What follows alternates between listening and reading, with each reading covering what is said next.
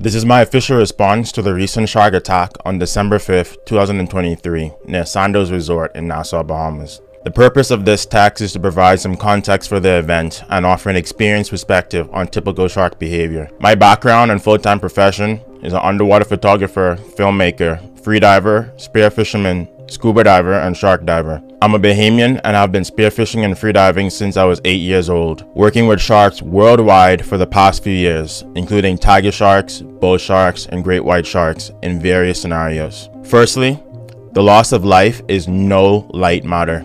It's a serious issue that needs acknowledgement, regardless of your opinions about sharks. My condolences go out to the family members and loved ones of the woman who lost her life recently while paddleboarding here in Nassau. The available information from the news reports is very vague.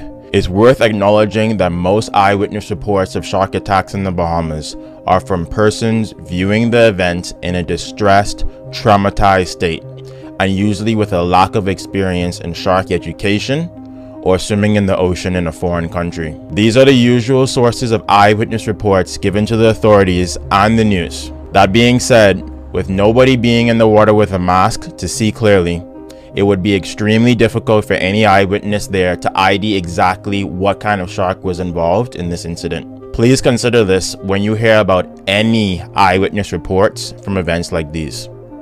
There's a little bit more information about the location. From my experience, I've rarely seen a shark in the Sandoz Resort beach area in the bay on the northwestern side of Nassau.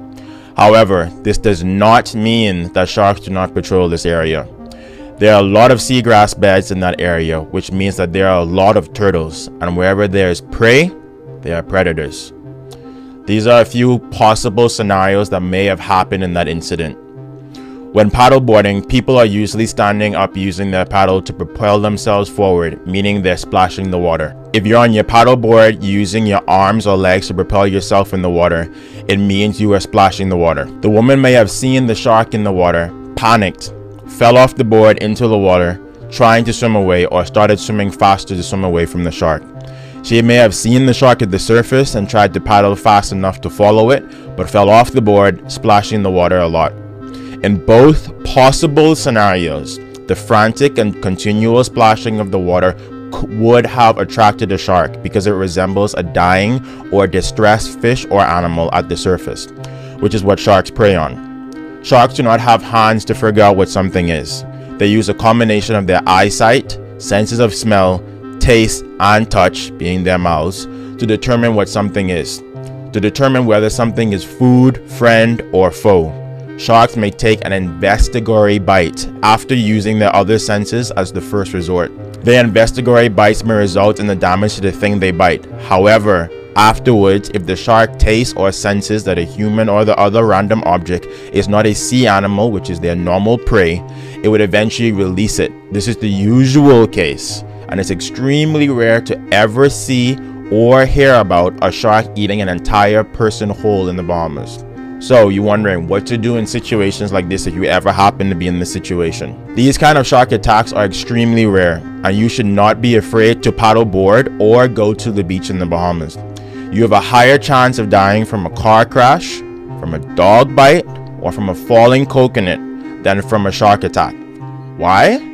The statistics are clear that more people a year are driving cars, encountering dogs, or under coconut trees than persons going in the ocean. Does this mean you will now sell your car? Does this mean that you will now sell your dog? Something to think about. To reduce your chances of a negative shark encounter, if you see a shark, exit the water slowly and calmly, keeping your eye in the direction of where the shark is. If you're paddleboarding or you see a shark, you can stop paddling and just let the shark swim away, as it probably was going to do anyway. After, you can calmly paddle back to shore, keeping your limbs out of the water, and alert the lifeguard nearby. In general, anytime you encounter a shark, the best thing you can do is remain calm. Do not frantically kick or splash the water. You need to keep eye contact with the shark and exit the water slowly and calmly. This will highly reduce your chances of any negative shark encounter anywhere in the world. The Bahamas does not have a shark problem. The solution is not starting to kill sharks. This will only harm the Bahamas fisheries because sharks help remove the weak or diseased animals from the ocean so that the healthy ones can reproduce and thrive.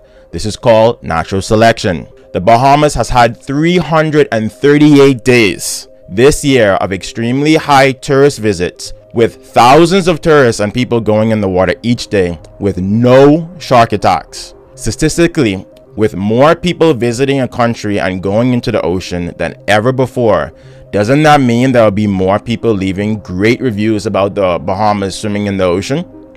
Doesn't that mean there will be even more people who come back to the Bahamas wanting to swim in the ocean? Doesn't that mean that statistically, it's more likely that there will be more shark encounters than reported than ever before? The answer is yes. These are a few proactive solutions regarding coexisting with sharks. Tourists should educate themselves on what to do if they encounter a shark in the ocean. You should avoid swimming in the ocean at sunrise or sunset.